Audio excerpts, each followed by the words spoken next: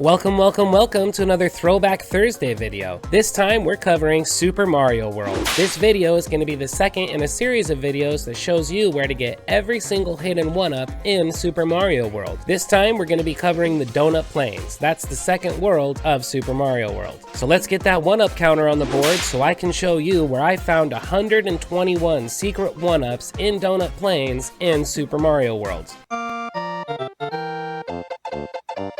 About halfway through the level, if you've unlocked the yellow switch palace, you can jump up into this tube here, which is going to lead to a bonus area. Each row is full of 3 question marks, and if you hit them in the right order, you get a 1-up. But there's a secret to this. If you always hit the question mark on the left-hand side with your cape, it doesn't matter what order you hit them in, you're always going to get the 1-up. But it has to be with your cape, and it has to be on the left-hand side. Here you can score 5 1-ups. As you come out of that bonus room, jump into the pipe next to you to get to this area with a cape. Here you can practice your flying skills and pick up a ton of coins, enough for a couple 1-ups at least. Later in the level, you're going to come across this pit area where these two guys are playing sports ball with each other. That yellow block in the middle has a 1-up. To activate the 1-up, we're going to have to touch the 4 sides of the block in a specific order, starting at the top and going around. You don't have to be exact to make this trick work either. You can be a little sloppy and still get your 1-up. Grab your turtle shell and get ready to jump on that P block, but wait till the guy's back is turned below you so he doesn't catch the shell. Then he'll count as the first 200 points and you'll get 2 1-ups. Make sure you bring a cape to the ghost house, because in the beginning of the level you can fly up onto this ledge, and if you run all the way to the other side, there's 4 yellow blocks and each one of them has a 1-up for you. In the top secret area, there's 5 power-up blocks. The middle one has a Yoshi, and we used to use this trick for days when I was a kid.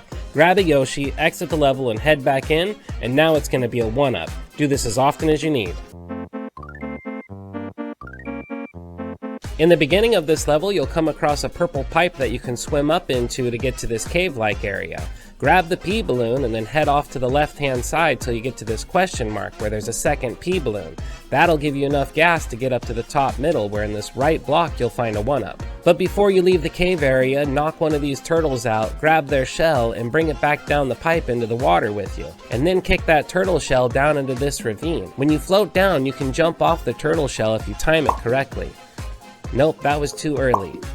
That was perfect. You don't want to touch the ground when you're doing this, but each time you jump off the shell, if your timing's right, it'll count as 2 jumps and start racking up points. And when it's racked up enough points, it'll start giving you 1-ups instead. Speeding things up here, as long as you dodge the occasional fish, you can sit here for a minute and keep collecting 1-ups. I took Mario from 33 lives to 99 lives. The first dragon coin is by Rip Van Fish here before we go up the pipe. And there's 4 other dragon coins in that level, just like most levels. But there's 2 other dragon coins in this pipe, making for a total of 7. 1 in the upper left-hand corner and 1 in the upper right-hand corner. So when we go back down into the level, instead of collecting our second one, that's our 4th. And this third one is actually our 5th, so we get our 1-up right here. The other 2 coins, when we collect them, we're going to get 1-ups for those also. This one here is a 1-up, and then when we get past the keyhole, there's another hidden 1-up above this place. See my lives go from 7 to 8?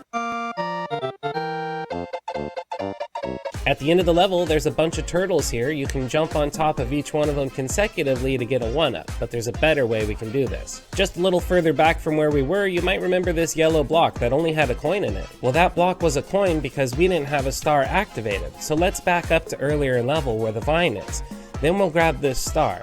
When you have a star activated, as you hit enemies, you'll start racking up points until you get 1-ups.